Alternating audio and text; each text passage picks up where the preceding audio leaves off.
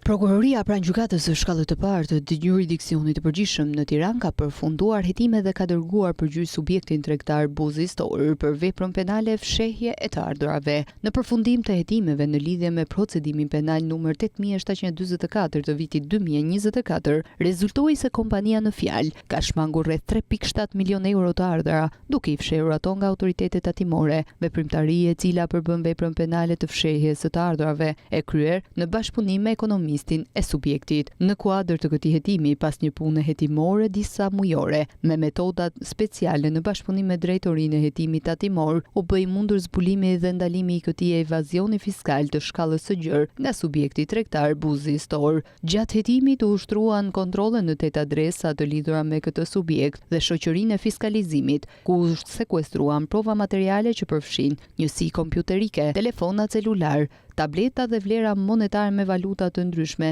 që arrin në 8 milion lek, të cilat nuk ishin të justifikuara me dokumentacionin ligjor. Hetimet treguan se Buzi Store përdorte një sistem kompjuterit të paautorizuar për monitorimin dhe lëshimin e faturave tatimore. Ky sistem që operonte përmes platformës online të palicencuar storedyqanimen.com mundësonte lëshimin e faturave të falsifikuara, të cilat përmbanin mangësinë e elementë të kërkuara nga legjislacioni tatimor dhe ishin të pafiskalizuara. Në disa raste subjekti lëshonte fatura me vlera të mëdha, ndërkohë që deklaronte një vlerë shumë më të vogël për qëllime tatimore, duke shmangur kështu pagesën e detyrimeve tatimore.